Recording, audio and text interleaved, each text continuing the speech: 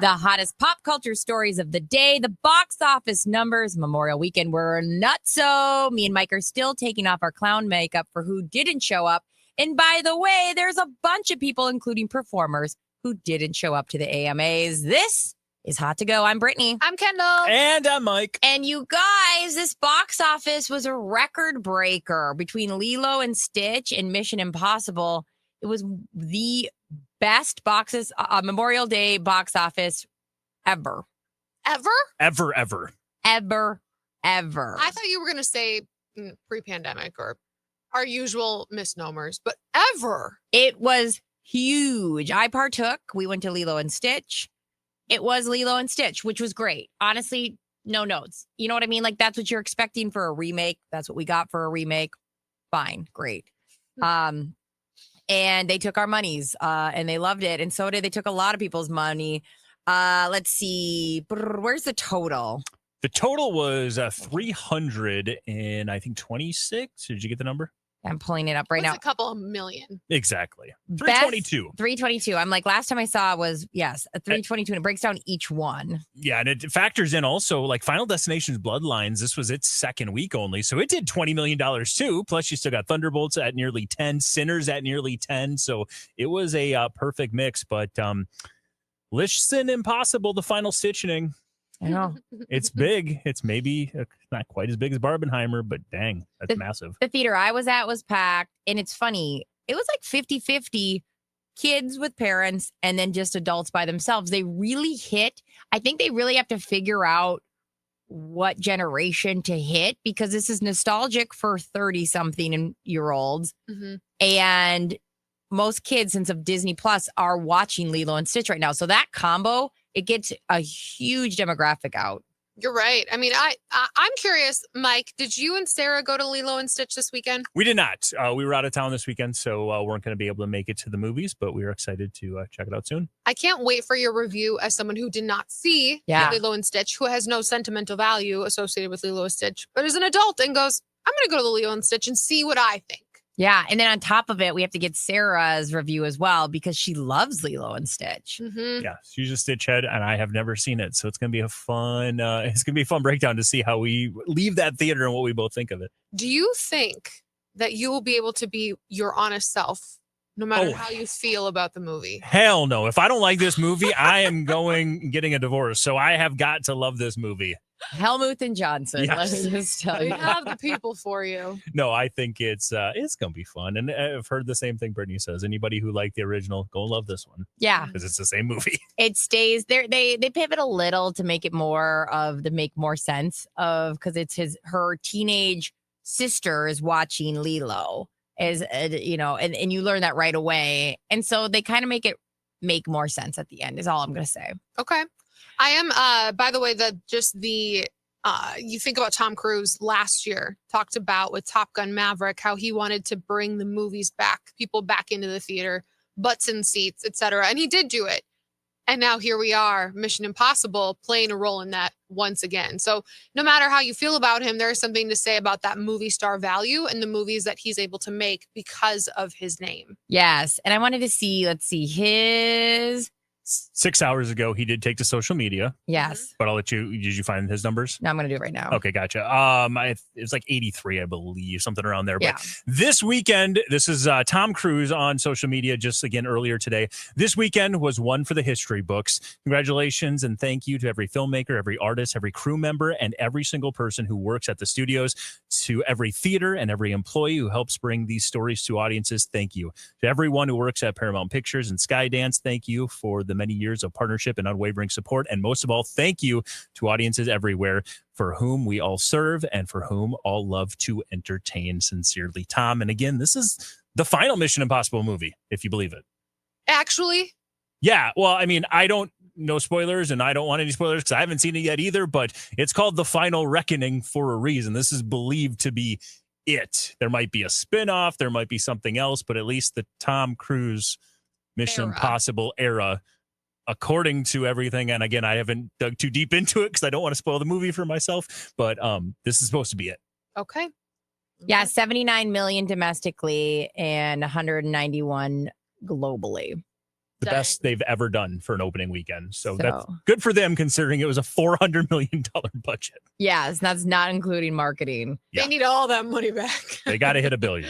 They will. They will. I mean, like it's like if you have such a high burn, and then on top of it, we have all these secondary markets you'll be getting. They'll be I will not be losing sleep over them, but I do have to go. Like, does it feel a little weird to lose to a remake Of a children's movie? of like one of the worst ones too? Not the No worst offense, one. Sarah, Mike's it's- wife. no, okay. We're so sorry. To be clear, Lilo and Stitch is not one of the worst ones. We enjoy it quite a bit at our household. If you just can't think about it for too long, Mhm. there's a they use the mechanisms to get Lilo and Stitch, like all the cute things, like the Elvis, the alien. You go, oh, this kind of don't think about it. Unlike all Don't those think other about it. fairy tales who are so true to reality. Okay, but Moana, Elsa? yeah, Elsa. Elsa just saved me from a temper tantrum this weekend. I will say there's times where I go, what do you mean we're hiding Elsa's powers? I don't understand. What do you mean we literally put her in a room for 20 years by herself? Don't ask questions. You don't overthink it. No. I do. We do love. And Lilo, and Stitch is naughty in the fun way that kids love.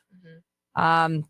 Okay, so if you see any if you're watching the YouTube video and you see any weird coloring on me and Mike, it's because we were wearing clown makeup for the last 2 weeks.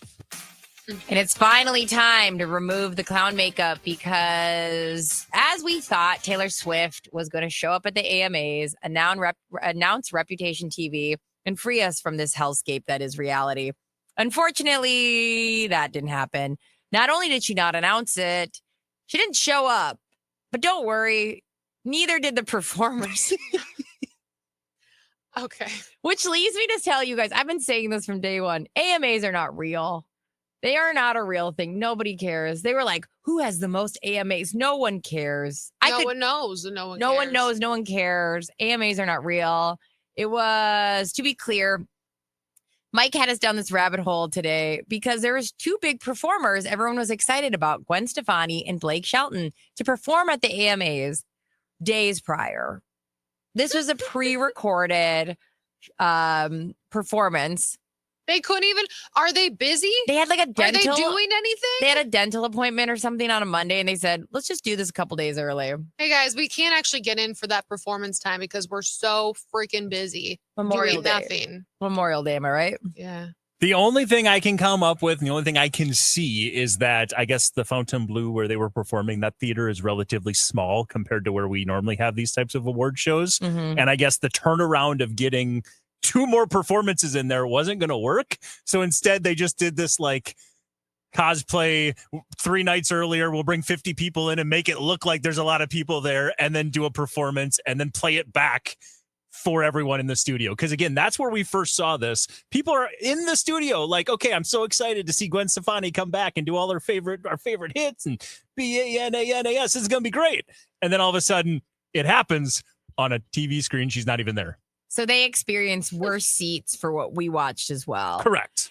If you watch it too, it's funny because before Mike said it, when he said it, I was like, oh, okay. So I started trying to watch the performances and we noticed the shots are tight. They're really up in the, and as soon as they angle off, they cut back to another tight shot of somebody in the audience, which is like in their mouth. Because you can't show that there's 7 people in the audience that this was Like, recorded. you can see the big like gaping hole behind them. We should exclude that. Yeah, the makeup artist who was there was like, I have to be in the audience? Fine.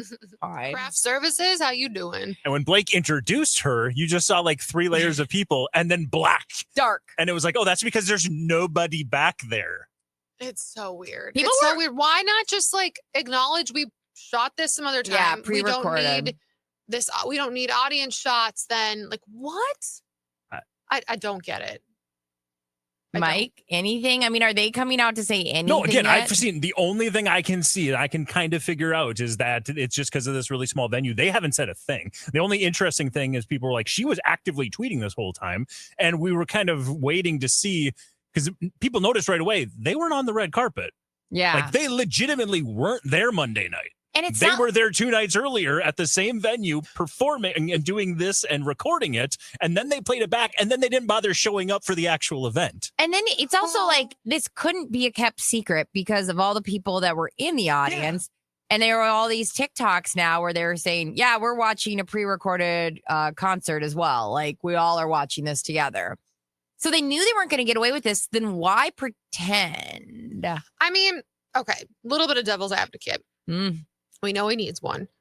They do this a lot with outdoor performances, right? Yeah. Whether that be the lead up to the Super Bowl, whether it be Beyonce coming out and walking in when we watched the Christmas game, whether it be a lot of holiday, like the ones that they do in Rockefeller Square to light the Christmas tree. A lot of those are pre-recorded. But for whatever reason, the way they set this up made it feel like they all were just pulling like nothing out of the air. You know what I mean? It made it feel like it was all just little mannequins standing there. Yeah. You know, like, hey, you're here to see 300 people fill the stadium. No, actually only 2 real people and a bunch of mannequins and maybe a couple of dogs we found on the street. It's weird that they lied about it. Like you said, it's not like this is unheard of. In some ways, it's weird. They should have just scrapped the performance. If you can't be there on the day of the event, and like, I mean, I know these are big names, but they're not insanely big. They're busy. As of earlier today, they still, according to Rolling Stone, the reps for both Blake Shelton and Gwen Stefani have not responded. Neither has the AMAs. That's the biggest thing to me, because you know you're going to do this. Yeah. You know people are going to know you did this. Yes. And then to not have a statement ready. Yeah. Or to not be like, oh, hey, and by the way, you know, this is pretty common in show business. It's no big deal. We just weren't going to be able to turn it around. We wanted to bring you the best performances we could all night long, nonstop action, and not go super long. So that's why we did it. Give us that and we're moving on. We're fine. Well, don't worry, because Jennifer Lopez made it very clear that the AMAs were just a commercial for her Vegas residency. I say loosely because it's 8 days. Where is she going to be? The Coliseum, one of the most historic venues when it comes to residencies. Of course, this was the longtime home of Celine Dion's performances and stuff. So, yeah, Caesar's Palace, the Coliseum, that is where she's going to be over New Year's. So we've got some run-up time. She's going to do a few shows on New Year's week, and then it's going to be in March. She's going to have a few more shows. And what did we say was our rule here on the show, that how long does it have to be a residency that we recognize as residency? I don't know. Did we come up with it? I feel like it was like about a month. Yeah, I feel like it was a month. So 12 shows, not enough? I don't know. Because she's doing December 30th and 31st, January 2nd and 3rd, and then 8 additional shows in March of 2026. So she's not even there like consecutive dates? No. Then hell no, that's not a residency. That's not a residency. Like, you've been in Vegas now officially as much as Mike has this year. Right? That math isn't mathing. Pretty accurate. Well, people were pretty annoyed at her. It's funny. It's split theories. She started off the show doing kind of a montage of the biggest songs that happened this year, which makes sense for the AMAs, where she danced her heart out. She did try to sing at the beginning. I wouldn't recommend her doing that again. But I'm not going to lie. Her dancing's amazing. She did like a whole 6 minutes full on cardio.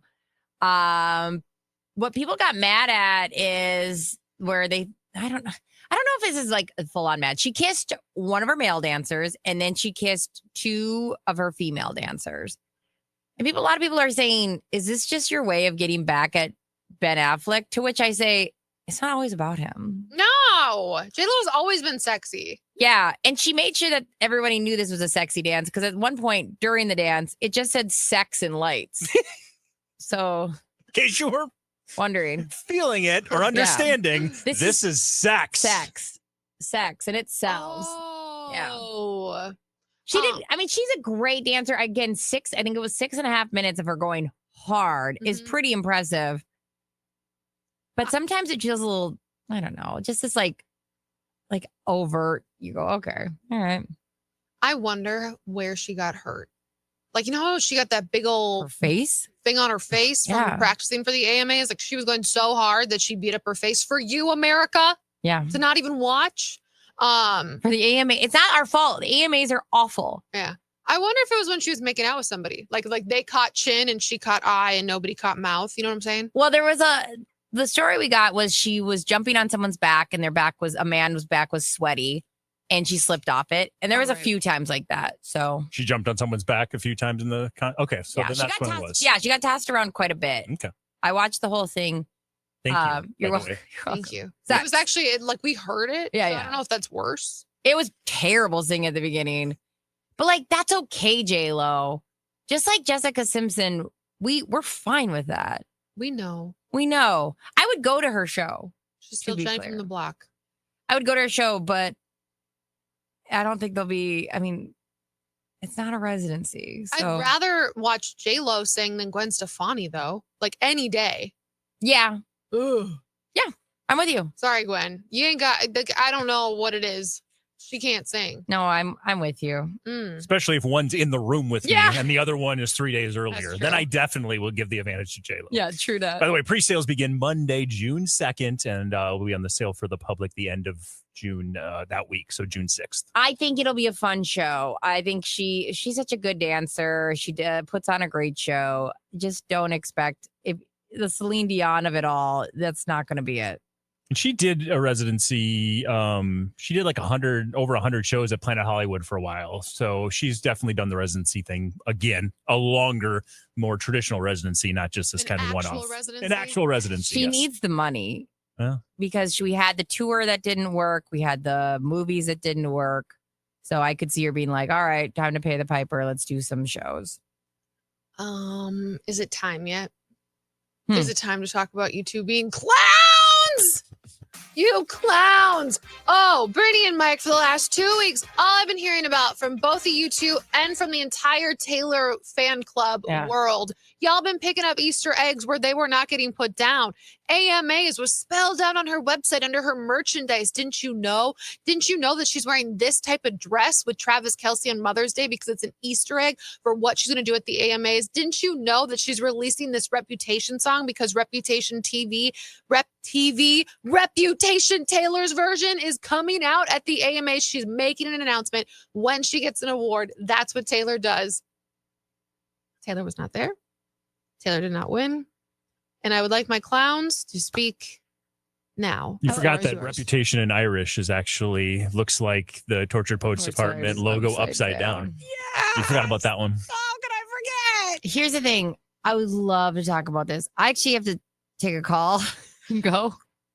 Oh, new phone, who dis? I can't actually have to take this important call. It's my dentist security office. Mike, you're, no offense, Britt, but you are the rational one, Michael. Yeah. And I'm disappointed. Mm-hmm. No, don't do not give me that face, Brittany. I'm irrational. The floor is Mike's. The floor is Mike's. I just love that in this world of pop culture, being a Taylor Swift fan is very similar to being a Minnesota sports fan. You get built up, you get excitement, you get ready. You're just like, this is happening. It's going to happen. I'm so excited. And then your heart gets broken time and time and time and time and time again. And at this point, I mean, it almost feels good. I almost like it. I do. I mean, God. Okay. Getting the payoff of Taylor's version, Reputation, almost feels like it's not going to be enough now. Like, I want to think we're getting it and then having it pulled away from us. Yes, because guess what? You don't know what love feels like until you feel pain. Exactly. You're the most masochistic fan base I've ever heard of. I wore Kendall got me a Taylor Swift shirt and I wore it all weekend long thinking, this is going to have a big payoff. Like everyone around Lake Harriet is going to be like, she knew. Did you take videos and different selfies of your spots and different parts around the metro with date stamps, time and dates that you could post about it? I was like, after Taylor made her announcement. Just wait. Everyone will know. And once I go on my walk on Tuesday around the lake, people will be like, she knew. She knew. She knew. So I burned that shirt. Well, I get it. We all have our things. I have Sarah J. Maas and A Court of Thorns and Roses, which we also look for Easter eggs where they don't live. I do love how Mike turned it around on its head with the Minnesota sports thing, because then you go, yeah, I guess. It's the same feeling. We're not going anywhere. We bleed it. We bleed. We bleed. We're fearless. All right. We're talking a lot about music. Let's talk about Justin Bieber. The Biebs made a surprise appearance at over the weekend at Kendrick Lamar and SZA's show at SoFi Stadium, so over in LA. He came on, joined the rapper during one of their songs that they do together, and he seemed a little unwell. Their song is called Snooze. In it, throughout it, like he performs, he remembers all the lyrics, which is an upgrade from him, which I'll explain in a second. But he's not okay. He seemed disconnected, erratic, not fully himself. People who were at the venue did tell different insiders that they think he was drinking, smoking before the show. Like maybe he was nervous, I don't know, but that he just was a little erratic and definitely somebody who seems like he needs help. And that both SZA and Kendrick Lamar's team said that the atmosphere sort of shifted as soon as Justin arrived because he just wasn't himself. He kept asking the same questions over and over again, things that Justin Bieber at this point in his career should just know. Yeah. Or at least have people who know who can tell him X, Y, and Z. That it's just not great. Haley was at the concert. She is seen, of course, everybody's like pans over to her immediately. And she's smiling. She's holding her phone. And quote unquote, she looks so encouraging despite all the rumors about their relationship. How y'all think she's going to look? She knows you're watching her. Yeah, no, she's going to start sure. booing him? Like, you think she's going to make a face now? You suck. Like, what? Also, you forgot to unload the dishwasher last night. Pay me my alimony, Justin. Justin, you're the worst. Oh, quit embarrassing the family. But I mentioned that, like, at least he remembered all the words because earlier this month, he made a surprise appearance with the Kid Leroy. And it was just like, it was that song, Stay. Everybody knows all the lyrics to it. He always does this where he leans over from backstage and like sings really low into the microphone. And that's just for whatever reason how he usually sings this song, even when he was performing it a couple of years ago. But he forgets the words and he acknowledges it by making a joke of it while he's still singing. He can hardly open his eyes. It's just weird. And you're like, I really hope this is the low point that we are witnessing and this is not something worse that would happen to Justin Bieber because he's not well. I feel like we are watching history repeat itself with so many things where we go, were there signs? Yeah. Yeah, there were signs. And again, I can't stress enough. I really feel strongly that this is probably we're seeing him for his true self. He's just had a lot of people protect him and keep him kind of in line for the longest time and to hide all this stuff. And he got rid of all the people close to him. And now we're seeing Justin Bieber. And he's not somebody who's doing super well. No. And if you've missed it, you're like, which people? Well, we know that he and Scooter Braun split off. We know that he fired his longtime head of security that had been with him since he was a kid. He and his best friend of forever, that was the best man in his wedding. They don't speak anymore. They started a clothing company together. Justin is actually telling his fans not to buy those clothes anymore. And then finally, it was either another publicist or someone in PR in his life. That was the same thing and had been with him his whole career, who he let go of. All of this within about a 6-month span when he sold his catalog for $200 million. Yeah. And even somebody as simple as Benny Blanco made music with him. A lot of his hits are with Benny Blanco. Obviously, now Benny Blanco engaged with Selena Gomez. They're not going to have a relationship. He doesn't have very many people close to him anymore. Hailey Bieber, I think, always knew who she was marrying. And I think she's fine with that. And is probably annoyed now, though, that he's publicly making her look like a fool. That's true.